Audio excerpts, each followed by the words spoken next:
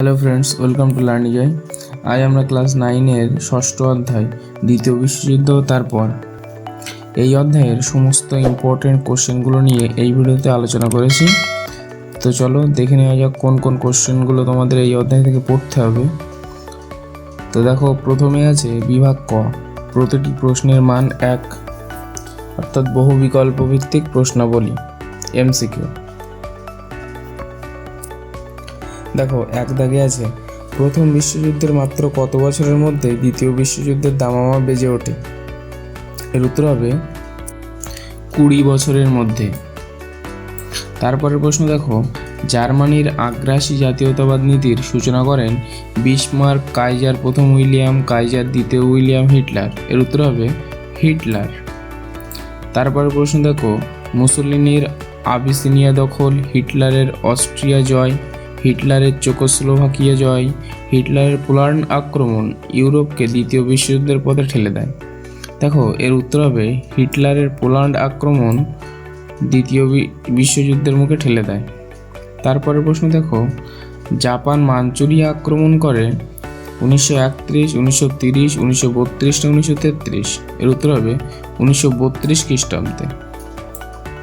তারপরের প্রশ্ন দেখো, মার্কিন নৌঘাঁটি পার্ল হারবার ধ্বংস করে জার্মান, ইতালি, স্পেনীয় না জাপানি বিমান নৌবহর? এর উত্তর হবে জাপানি বিমান নৌবহর পার্ল হারবার ধ্বংস করে। পরের প্রশ্ন দেখো, 1944 খ্রিস্টাব্দের সেপ্টেম্বর মাস থেকেই মিত্রপক্ষ 2-5 দিক থেকে জার্মানির উপর আক্রমণ শুরু করে, 3-4? এর উত্তর হবে 3, অর্থাৎ 3 দিক থেকে এর উপর আক্রমণ শুরু করে। পরের প্রশ্ন দেখো, মার্শাল পরিকল্পনার সমাগম হয় জার্মানি, মার্কিন যুক্তরাষ্ট্র না রাশিয়া? এটার উত্তর হবে মার্কিন যুক্তরাষ্ট্র।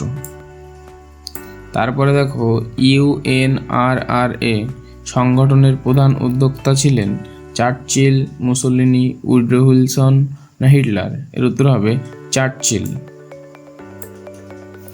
9 দাগ, হিদেকি তোজো প্রধানমন্ত্রী ছিলেন ইংল্যান্ডের, জাপানের, ইতালির না জার্মানির? এর উত্তর হবে জাপানের। জাতীয়তাবাদের পথ ধরেই আন্তর্জাতিকতায় পৌঁছানো যাবে বলেছিলেন জিরম্যান, লেনিন, ট্রাক না মুসোলিনি? এর উত্তর হবে জিরম্যান। পরের প্রশ্ন দেখো, প্যারিসের শান্তি সম্মেলন হয়েছিল 1919 খ্রিস্টাব্দে। তারপরের প্রশ্ন, বিশ্ব স্বাস্থ্য সংস্থাটি হলো BILO। পার্ল হারবারের ঘটনার সময় মার্কিন রাষ্ট্রপতি ছিলেন রুজভেল্ট। তারপরের প্রশ্ন দেখো, আটলান্টিক সনদ স্বাক্ষরিত হয় 1941 খ্রিস্টাব্দে। তারপরের কোশ্চেন দেখো, দালাদিয়ের ছিলেন যে রাষ্ট্রের প্রধানমন্ত্রী? সেটা হলো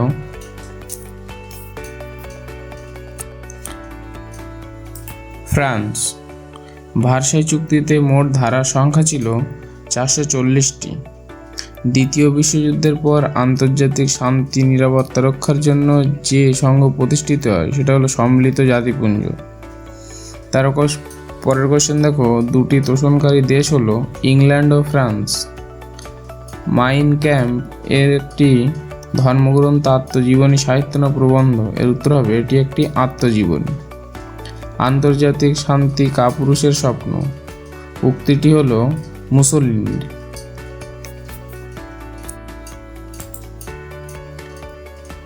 পরের কোশ্চেন দেখো, ভুল বা ঠিক নির্ধারণ করো। দেখো, এক দাগে আছে অশ্বশক্তির প্রধান সদস্য দেশগুলি হলো ইংল্যান্ড, ফ্রান্স ও রাশিয়া। দেখো, এটা ভুল হবে। পরের প্রশ্ন দেখো, ইতালি জাতিসংঘ ত্যাগ করেছিল 1938 খ্রিস্টাব্দে। এটাও ভুল হবে। তারপর প্রশ্ন দেখো, জেনেভা নিরস্ত্রীকরণ সম্মেলনে জার্মানি সামরিক শক্তি বৃদ্ধির দাবি জানায়। এটা হবে ঠিক। রাশিয়ার সাথে জার্মানির 1935 সালের অনাক্রমণ চুক্তি স্বাক্ষরিত হয়। এটা ভুল। 1939 খ্রিস্টাব্দে মিউনিখ চুক্তি স্বাক্ষরিত হয়। এটাও ভুল। এটা 1938 সালে। পরের প্রশ্ন দেখো, বেমানান শব্দটি খুঁজে বার করো। দেখো, প্রথমে আছে চেম্বারলেন, দালাদিয়ার, হিটলার ও স্ট্যালিন। দেখো এরা সকলেই ছিল প্রধানমন্ত্রী, শুধু হিটলার না, তাই এটা বেমানান শব্দটি হবে হিটলার। পরের কোশ্চেন দেখো, ইতালি, জার্মানি, জাপান না রাশিয়া? এর উত্তর হবে রাশিয়া। তার পরের প্রশ্ন দেখো যে আমেরিকা, ইংল্যান্ড, রাশিয়া না জার্মানি?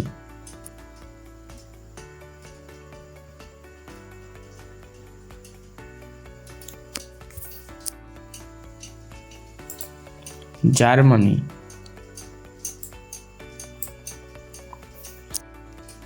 দেখো বিভাগ খ, প্রতিটি প্রশ্নের মান 1। প্রথমে দেখো 1 নম্বরের কোশ্চেন, জাপান কত খ্রিস্টাব্দে মাঞ্চুরিয়া দখল করে? ওর উত্তর হবে 1932 খ্রিস্টাব্দে। পরের প্রশ্ন দেখো, হিটলার কবে পোল্যান্ড আক্রমণ করেন? উত্তর হবে 1939 সালের 1 সেপ্টেম্বর। 3 দাগ, জাপান পার্ল হারবারে কাদের নৌঘাঁটি ধ্বংস করে? উত্তর হবে মার্কিন নৌঘাঁটি ধ্বংস করে। 4 দাগ, দ্বিতীয় বিশ্বযুদ্ধের সময় আমেরিকার রাষ্ট্রপতি কে ছিলেন? উত্তর হবে দ্বিতীয় বিশ্বযুদ্ধের সময় আমেরিকার রাষ্ট্রপতি ছিলেন ফ্রাঙ্কলিন রুজভেল্ট। দ্বিতীয় বিশ্বযুদ্ধে জাপান কবে আত্মসমর্পণ করে? উত্তর হবে 1945 সালের 15 আগস্ট। পরের প্রশ্ন দেখো, কার নেতৃত্বে ইউরোপে ফ্যাসিবাদের উত্থান ঘটে? উত্তর হবে বেনিতো মুসোলিনির নেতৃত্বে। পরের প্রশ্ন, দ্বিতীয় বিশ্বযুদ্ধের প্রাককালে ইংল্যান্ডের প্রধানমন্ত্রী কে ছিলেন? উত্তর হবে উইনস্টন চার্চিল। আমেরিকা কবে হিরোশিমাতে আণবিক বোমা নিক্ষেপ করে? 1945 সালের 6 আগস্ট সকালে। দ্বিতীয় বিশ্বযুদ্ধের সময় কোন দেশকে গণতন্ত্রের অস্ত্রাগার বলা হতো? উত্তর হবে মার্কিন যুক্তরাষ্ট্রকে। জেনেভায় নিরস্ত্রীকরণ সম্মেলন কবে অনুষ্ঠিত হয়? 1933 খ্রিস্টাব্দে। পরের প্রশ্ন, দ্বিতীয় বিশ্বযুদ্ধের সময় যুক্তরাষ্ট্রের প্রেসিডেন্ট কে ছিলেন? উত্তর হবে রুজভেল্ট ও হেনরি ট্রুম্যান। দ্বিতীয় বিশ্বযুদ্ধের সময় রাশিয়ার প্রেসিডেন্ট কে ছিলেন? উত্তর হবে জোসেফ স্ট্যালিন। পরের প্রশ্ন দেখো, দ্বিতীয় বিশ্বযুদ্ধের সময় জার্মানির চ্যান্সেলর কে ছিলেন? এর উত্তর হবে ডগলাস ম্যাক হিটলার। 14 দাগ, নুরেমবার্গ বিচারালয় কিসের জন্য বিখ্যাত? জার্মান যুদ্ধ অপরাধীদের বিচারের জন্য। স্তম্ভ মেলাও 1 দাগ। দেখো 6 জুন, এটা হবে ডি ডে বা মুক্তি দিবস, তাহলে আমরা এর সঙ্গে এটা মিলিয়ে দেব। তারপর আছে 22 জুন। 22 জুন হলো জার্মান রাশিয়া আক্রমণ। তারপর 3রা সেপ্টেম্বর, এটা হলো দ্বিতীয় বিশ্বযুদ্ধের সূচনা। তারপর হলো 7ই ডিসেম্বর, এটা হলো পার্ল হারবারের ঘটনা। তারপর দেখো মার্শাল ঝুকভ, ইনি ছিলেন জার্মান সেনাপতি, রুশ সেনাপতি, ব্রিটিশ সেনাপতি না মার্কিন সেনাপতি? এর উত্তর হবে মার্শাল ঝুকভ ছিলেন রুশ সেনাপতি। তারপর হবে আইজন হাওয়ার, ইনি ছিলেন ব্রিটিশ সেনাপতি, মার্কিন সেনাপতি? এটা হবে মার্কিন সেনাপতি। রোমেল ছিলেন জার্মান সেনাপতি। তারপরে হবে মন্টগোমারি ছিলেন ব্রিটিশ সেনাপতি। এবার দেখো অতি সংক্ষিপ্ত প্রশ্ন, 3টি বাক্যে উত্তর দাও। প্রতিটি প্রশ্নের মান 2, অর্থাৎ এগুলো 2 নম্বরের কোশ্চেন। দেখো প্রথমে আছে, জার্মান কেন নিরস্ত্রীকরণ সম্মেলন ত্যাগ করে? উত্তর হবে জেনেভায় নিরস্ত্রীকরণ সম্মেলন জার্মানি অন্তত ফ্রান্সের সমপরিমাণ অর্থ রাখার দাবি জানালে তা অগ্রাহ্য হয়, ফলে জার্মানি নিরস্ত্রীকরণ সম্মেলন ত্যাগ করে এবং নিজের সদস্যপদও ছেড়ে দেয়। পরের প্রশ্ন দেখো, হিটলার কেন পোল্যান্ড আক্রমণ করেন? উত্তর হবে মিউনিক চুক্তির স্বাক্ষরের পর হিটলার ডানজিগ বন্দর ব্যবহার করেন এবং সেখানে পৌঁছানোর জন্য পোল্যান্ডের কাছে একটি করিডোর দাবি করেন। পোল্যান্ড সেই দাবি পূরণে অসম্মত হয় বলে হিটলার 1939 খ্রিস্টাব্দের 1 সেপ্টেম্বর পোল্যান্ড আক্রমণ করেন। পরের প্রশ্ন দেখো, ল্যান্ড লিজ আইন কি? উত্তর হবে 1941 খ্রিস্টাব্দের মার্চ মাসে মার্কিন যুক্তরাষ্ট্রের রাষ্ট্রপতি রুজভেল্ট মার্কিন সিনেটে এক আইন পাশ করেন। এতে বলা হয়, মার্কিন যুক্তরাষ্ট্র মিত্রশক্তিবর্গকে যুদ্ধ বিমান ও যুদ্ধজাহাজ সহ বিভিন্ন যুদ্ধাস্ত্র দিয়ে সাহায্য করবে। মার্কিন যুক্তরাষ্ট্রের এই আইন ল্যান্ড লিজ আইন নামে পরিচিত। পরের প্রশ্ন দেখো, রোম বার্লিন টোকিও জোট কাদের নিয়ে তৈরি হয়েছিল? উত্তর হবে ইটালি, জার্মানি ও জাপানের মধ্যে রোম বার্লিন টোকিও অক্ষ চুক্তি মৈত্রী জোট গড়ে ওঠেন। পরের প্রশ্ন দেখো, দ্বিতীয় বিশ্বযুদ্ধের পরবর্তীকালে কোন কোন রাষ্ট্রের মধ্যে ঠান্ডা যুদ্ধ হয়েছিল? উত্তর হবে দ্বিতীয় বিশ্বযুদ্ধের পরবর্তীকালে মার্কিন যুক্তরাষ্ট্র ও তার মিত্রসমূহ এবং সোভিয়েত ইউনিয়ন ও তার মিত্রসমূহ দেশের মধ্যে ঠান্ডা যুদ্ধ হয়েছিল। তারপরে প্রশ্ন দেখো, পার্ল হারবার ঘটনা কি? উত্তর হবে প্রশান্ত মহাসাগরের হাওয়াই দ্বীপপুঞ্জের পার্ল হারবারে মার্কিন যুক্তরাষ্ট্রের নৌঘাঁটি ছিল। দ্বিতীয় বিশ্বযুদ্ধ চলাকালে 1941 খ্রিস্টাব্দের 7 ডিসেম্বর জাপান পার্ল হারবার আক্রমণ করে ধ্বংস করে দেয়। এই ঘটনা পার্ল হারবার ঘটনা নামে পরিচিত।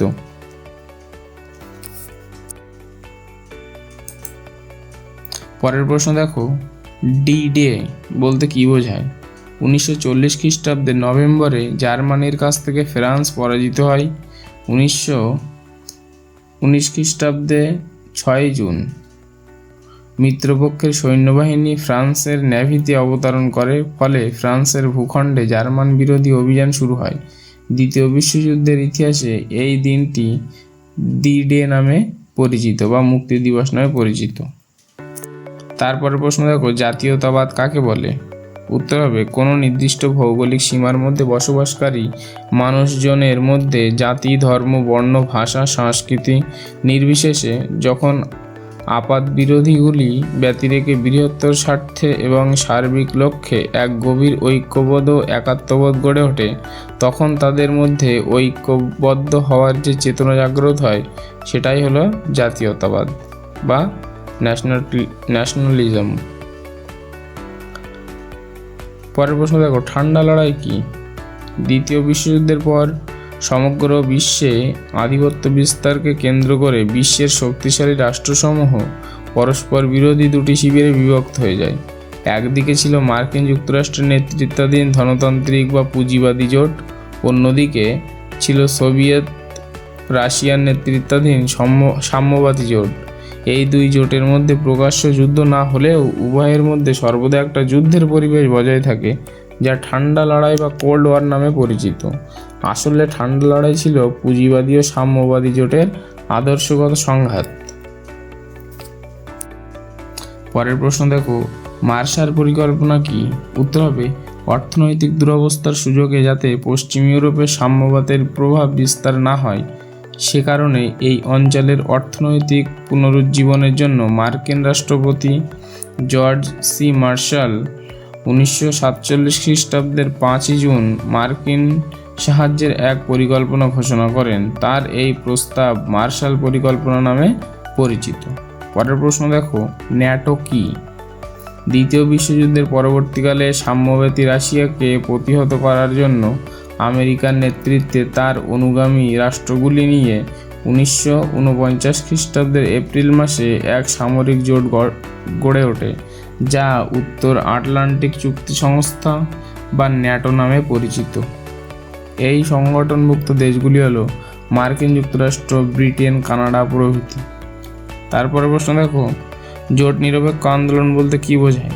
উত্তর হবে স্বাধীনতা লাভের পর ভারত, আমেরিকা ও রাশিয়ার নেতৃত্বাধীন কোনো জোট শক্তি না যোগ দিলে উভয় গোষ্ঠীর মধ্যে বন্ধুত্ব বা সমদূরত্ব বজায় রেখে স্বাধীন ও নিরপেক্ষভাবে তার বিদেশ নীতি পরিচালনা করার কথা ঘোষণা করেন, যা জোট নিরপেক্ষ নীতি নামে পরিচিত। প্রধানমন্ত্রী জওহরলাল নেহেরু ছিলেন এই নীতির প্রবক্তা ও রূপকার।